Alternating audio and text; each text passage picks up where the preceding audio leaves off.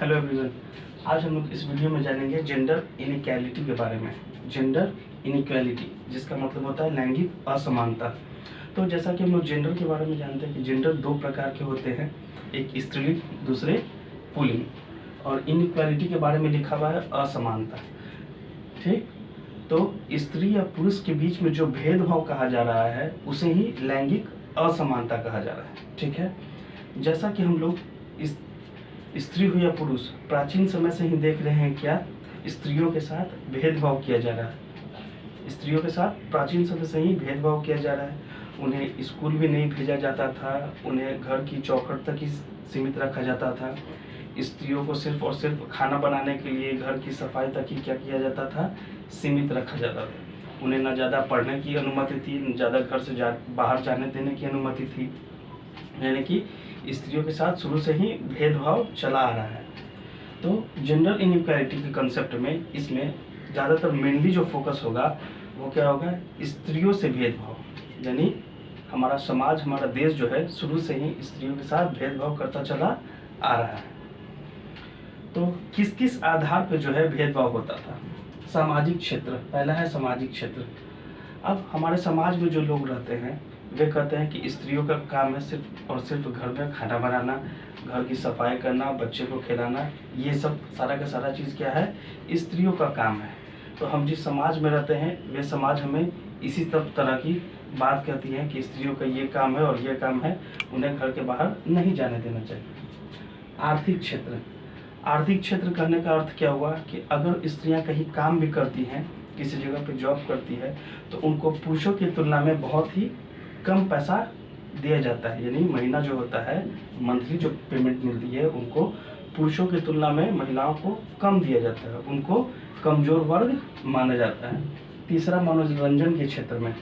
मनोरंजन के क्षेत्र कहने का मतलब क्या हो गया, जैसा कि हम लोग सीरियल देखते हैं, मूवी देखते हैं, हॉलीवुड या बॉलीवुड जो भी मूवियाँ देखते हैं उसमें देखते हैं मेन लीड रोल जो निभाता है वो मेल कैरेक्टर का होता है। यानी फीमेल कैरेक्टर जो होता है पर्दे के पीछे से रहते हैं। यानी मेन लीड रोल जो निभाते हैं, मेन रोल जो निभाते हैं वो पुरुष एक्टर होते हैं, मेल होते हैं। तो मनोरंजन के क्षेत्र में भी महिलाओं को वंचित रखा जाता है। चौथा, खेल क्षेत्र।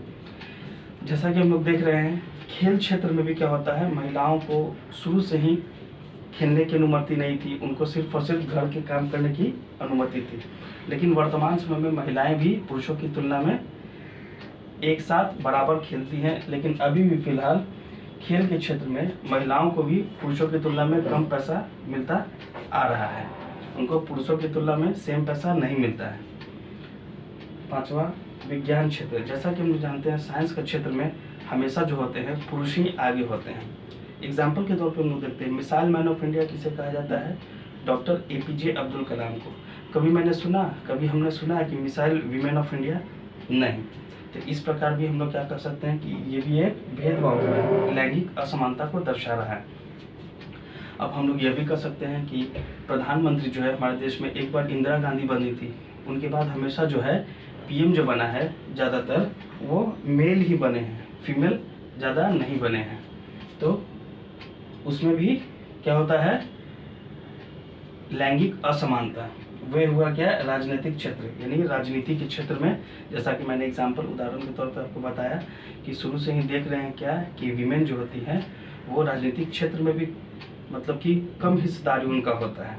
ज़्यादातर आप लोग देखे भी होंगे सांसद या विधायक होंगे तो वो मेल ही होंगे, फीमेल नहीं होते हैं।